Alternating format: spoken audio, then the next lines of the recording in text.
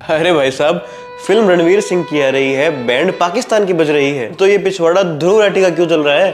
जली ना, तेरी भी जली ना।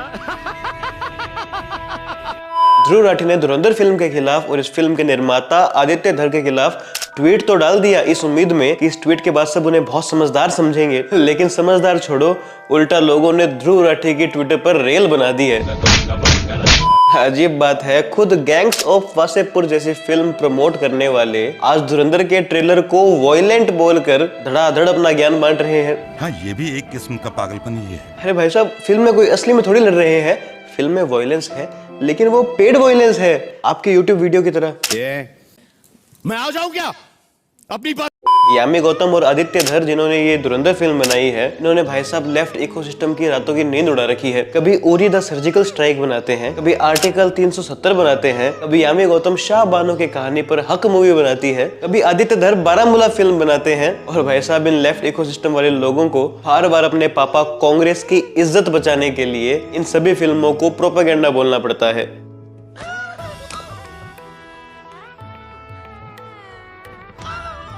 अभी तो ये यामी गौतम की हक फिल्म को प्रोपेगेंडा बोलने से हटे ही थे कि कश्मीरी पंडितों के दुख को बयां करने वाली फिल्म बारामूला रिलीज हो जाती है। और जब ये बारामूला को संघ ही प्रोपेगेंडा प्रूव करने में जुट जाते हैं, टेंशन है, तब धुरंधर का ट्रेलर आ जाता है। मेरी समझ में नहीं आता है बुड्ढे, तू मेरे ही पीछे क्यों पड़ गया है? फिल्म पे फिल्म आ रही है, लेकिन इनके आंसू रुकने के नाम नहीं ले रहे। ये क्या, तुम्हारी आंखों में आंसू? आंसू नहीं होगा तो क्या नींबू पानी होगा? अब धुरंधर फिल्म के ट्रेलर से इन्हें समस्या तो हो रही है, क्योंकि फिल्म बनाई किसने? आदित्य धर, जिसने ऑलरेडी उरी और कश्मीर पर फिल्में बना दी है। और क्योंकि आदित्य धर कश्मीरी पंडितों की कहानी बताते हैं, क्योंकि आदित्य धर इंडियन आर्मी की तारीफ करते हैं, अब तो इनका विरोध करना पड़ेगा, वरना राहुल पापा पेमेंट रोक देंगे। दोस्त बेकारी नहीं है, अपन बहुत पैसे अपने पास। अब धुरंधर फिल्म जो है वो भारत के सीक्रेट एजेंट्स पर बेस्ड है, और लोग ये अंदाजा लगा रहे हैं कि ये film x major Mohit Sharma ji पर बेस्ड है। अब इस देशभक्ति वाली फिल्म को प्रोपेगेंडा बोल देंगे तो भाई साहब जनता प्रोपा हटाकर खाली डंडा दे देगी। तो इस फिल्म को क्रिटिसाइज करने के लिए उन्होंने नया पत्ता निकाला। ओहो, फिल्म बहुत वायलेंट है। ध्रुव राठी धुरंधर के ट्रेलर पर ट्वीट करते हुए कहते हैं कि ये फिल्म बहुत ज्यादा वायलेंट है और ये वायलेंस को नॉर्मलाइज कर रही है। अच्छा जी, ऐसा है क्या? सही बात है ध्रुव भाई, वायलेंट फिल्म तो नहीं बनानी चाहिए, तो फिर कैसी बनानी चाहिए? कौन मारेगा, कौन जीतेगा, ये इंडिया पाकिस्तान के लोग कैसे डिसाइड करें? हाँ, पक्का इंडिया के ऑफिसर्स को और पाकिस्तान के ऑफिसर्स को स्टोन पेपर सीजर खेलना चाहिए। जो जीता वो अपने देश में रहेगा और जो हारा वो वापस अपने देश चला जाएगा। क्यों? देखा, खून भी नहीं बहा। बेवकूफ, सारे मिलके हमको पागल बना रहे हैं। देश चुनौतियों से नहीं कंट्रोल। ओह सॉरी, ये तो देश में रहता भी नहीं है। क्यों जाए किसी और देश में?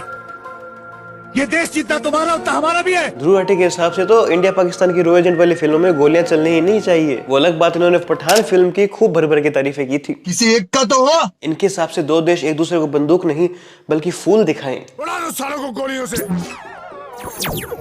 वाह ध्रुव भाई, आप तो रो और आईएसआई को ही बदल सकते हो। हम नफरत के नहीं, प्रेम के साथ है। प्रेम ने हमें बदल दिया है। अरे भाई साहब, इंडिया पाकिस्तान के सीक्रेट एजेंट्स पर फिल्म है, तो उसमें लड़ाई झगड़ा होगा, वायलेंस होगा, गोलियां तो चलेगी ना। फिल्म में मारपीट ना हो, लड़ाई ना करे, तो रणवीर सिंह क्या करे? उसमें अहिंसा का चरखा चलाए। ये ध्रुव राठी को जब नेटफ्लिक्स से पैसा मिलता है तो भाग भाग कर गैंग्स ऑफ वासेपुर जैसी फिल्में प्रमोट करता है, सेक्रेट गेम जैसी वेब सीरीज प्रमोट करता है जिसमें दुनिया भर की गालियां हैं, और अब भारत के नैरेटिव पर सेट हो रही फिल्म आई है तो उसे वायलेंट फिल्म बोल रहा है। आप लोगों को ऊपर वाले ने भेजा तो भेजा, लेकिन भेजे में भेजा ही नहीं भेजा। इनके हिसाब से फिल्मों में एक था टाइगर की तरह, रो और आईएसआई में फुल प्यार होना चाहिए ताकि अमन की आशा बहती जाए। फिर देखो वो प्यार बहता ही जाएगा, बहता ही जाएगा, बहता ही जाएगा, बहता ही जाएगा, बहता ही जाएगा, बहता ही जाएगा। चल अंदर जा, अंदर जा। चला, बहता ही जाएगा, बहता ही जाएगा।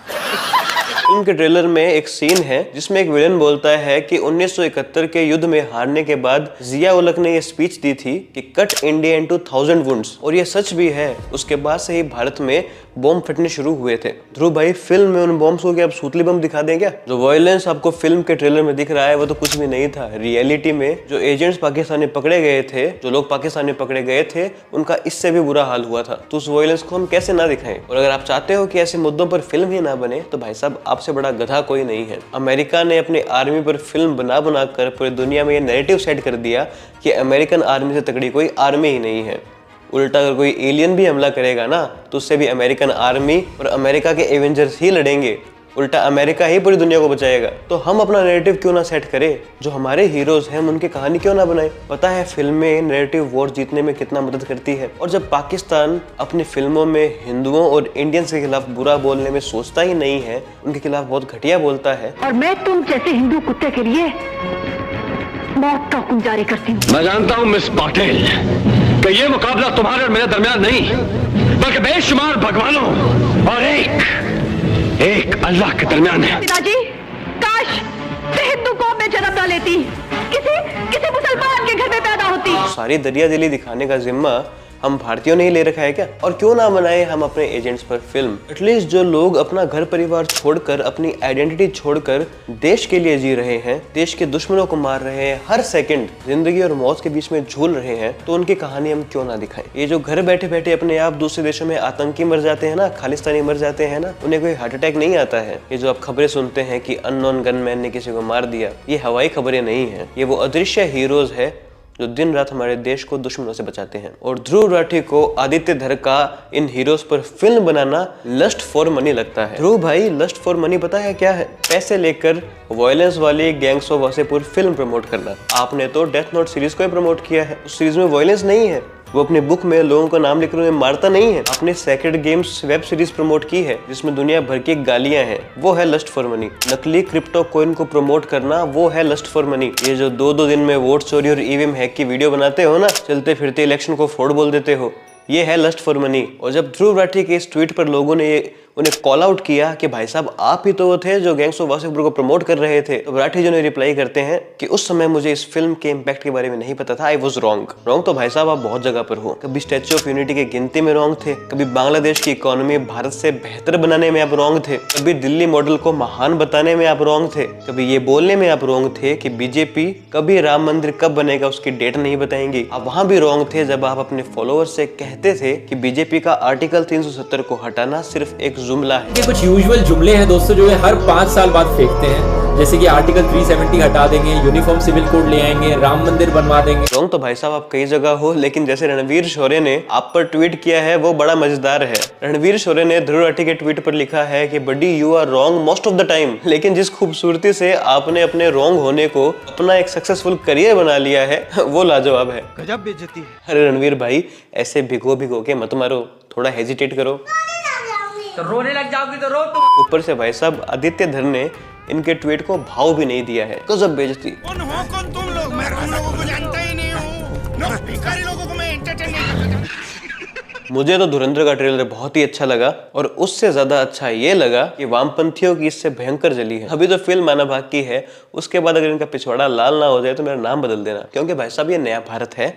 अब यहाँ आर्मी के ब्रिगेडियर विलन नहीं रहेंगे, यहाँ फिल्मों में एक्स आर्मी ऑफिसर्स विलन नहीं रहेंगे जो इंडिया और पाकिस्तान में दुश्मनी चाहता है। ना, वो बॉलीवुड खत्म हो चुका है। अब फिल्मों में हीरो है हमारे सोल्जर्स, और विलन कौन है?